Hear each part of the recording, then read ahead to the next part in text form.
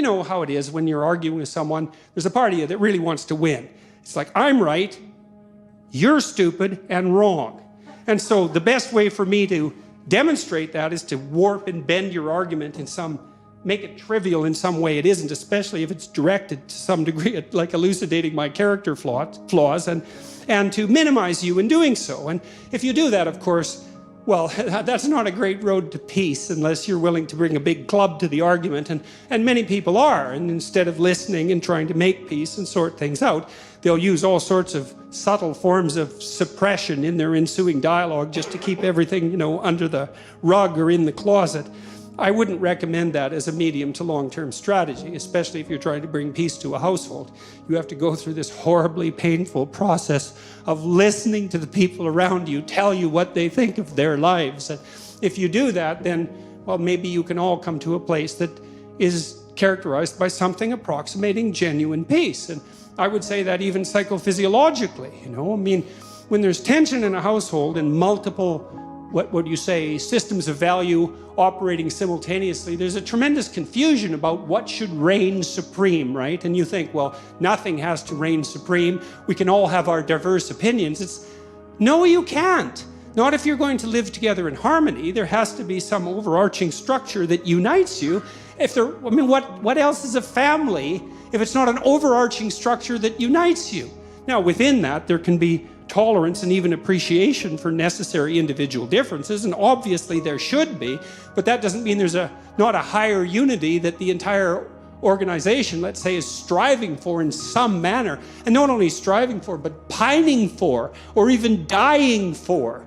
And I don't use those words lightly. Like, the absence of that incorporating higher structure is a felt sense of catastrophe on the part of the members of the family. They're always at each other's throats. They're interfering with each other's goals. They can't listen. They're in a chronic state of hyper-arousal because they don't know what to do ever. They're hopeless because no goals have been clearly defined, and we experience almost all our hope in relationship to defined goals.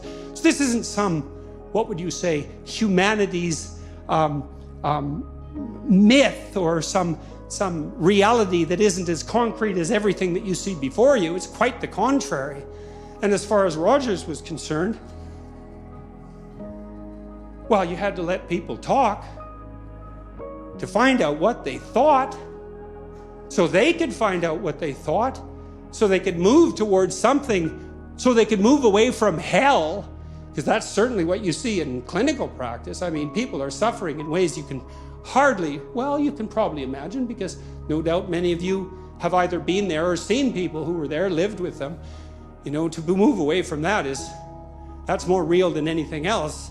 If pain is more real than anything else, what's even more real than pain is whatever we have to fight off the pain. And that's free speech. It's identical with freedom of thought. It's associated with this capacity and necessity to listen deeply. They're flip sides of the same coin, to use a terrible cliche. And all the clinical data we have, including the more stringently research-oriented clinical inquiry, indicates quite clearly that the exchange of information like that, the generation of semantic and emotional information in a state of relative freedom, the revelation of those thoughts, and then the discursive analysis of those thoughts, say, and then the implementation into action and the testing of them, that is the pathway to health, insofar as that can be attained by, say, psychological or spiritual means. And so that's why free speech is not just another freedom or right among many. It's certainly not viewpoint diversity or anything like that. It's the mechanism by which we generate the conceptions that allow us to organize our experience in the world. It's that mechanism. And more than that, it's the mechanism that allows us to reformulate and criticize those conceptions when they've become outdated and sterile, to dissolve them into a chaos that we have to contend with while it's occurring, and then to reanimate them in a new form so that we can move into the future. And so if you're concerned with the oppressed, let's say, why in the world would you oppose free speech? It's the only thing the oppressed have. And if you don't understand that, I would say, Well, that's either an ignorance that's so deep that you should remediate it as rapidly as possible, or a malevolence that's so appalling that you should face it even though you'll face it at your peril.